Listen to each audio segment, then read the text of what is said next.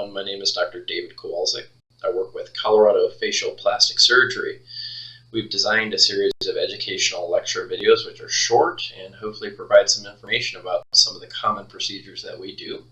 We feel it's really important that patients understand the anatomy and some basic concepts behind the procedures to be an informed consumer. If you have any questions, concerns, or comments, feel free to leave them at the bottom of the video on our YouTube link. We would really appreciate it. Thank you.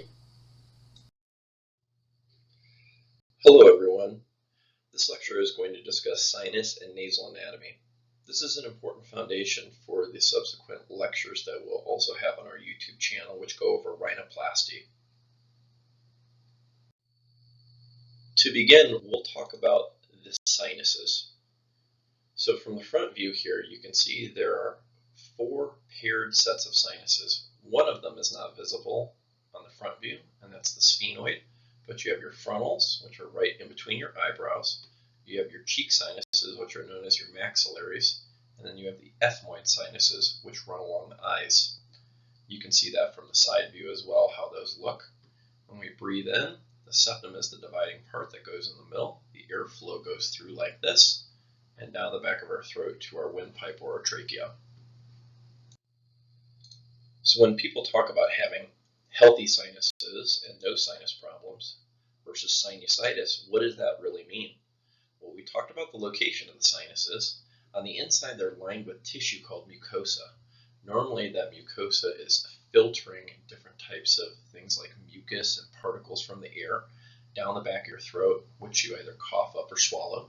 When people have chronic sinusitis, they have a lot of inflammation in those sinuses. They can get pressure in those areas, and they develop excess mucus, which makes it hard to drain and often requires antibiotics to clear up. Now, if you have a consult with us, we may mention some of these terms. These are important nasal anatomy landmarks, which are important to discuss.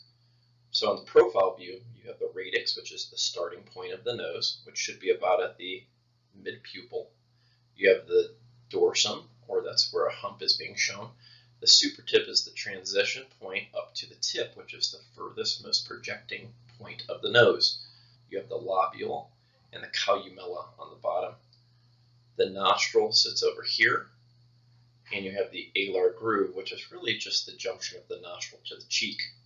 When you look at the 3/4 view here, you can also see things like the infratip lobule, which are just taking a certain area of the nose and breaking it into a smaller subunit. And you can see that groove as well.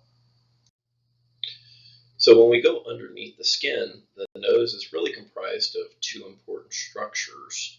You have bone and you have cartilage. The nasal bones occupy the upper third, and the lower 2/3 of the nose is made of cartilage. That's why you're able to move this portion with your fingers and not the bone. Very simplistically, you have upper lateral cartilages, which are paired, and you have lower lateral cartilages. So when we go even further into the nose, you can see this is where the air goes through. You have the nasal septum, which is a piece of cartilage that divides the nasal cavity into 2 halves, a right and a left.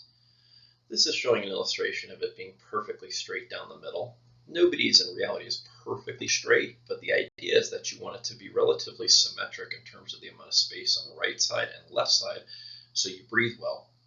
This is an illustration showing what's referred to as a deviated septum, which your physician may have diagnosed you with as a reason for your nasal congestion. That can be caused by an injury, or you're simply born that way, where the septum isn't quite in the midline and it blocks a certain side, and it may cause unequal breathing, which is relatively constant. In this example of actor Owen Wilson is showing a fairly crooked and deviated nose, but what's the point of showing this is that the underlying cartilages and the septum are creating the shape of the nose and causing distortion in certain areas. You may know friends or family who have a crooked nose for a various reason, and the underlying pathology or reason for that is because the cartilages are crooked. You may have seen these on the previous pictures, these little swellings on the inside of the nose. Everybody has them. They're called turbinates. What they do is warm and humidify the air. They create actually a certain amount of blockage intentionally so that your brain regulates how it's perceiving breathing, whether it's good or it's bad. Sometimes, for various reasons, patients have what are referred to as enlarged turbinates. During surgery, we sometimes shrink these down or move them to the side a little bit to help increase the amount of air that can go through the nasal cavity.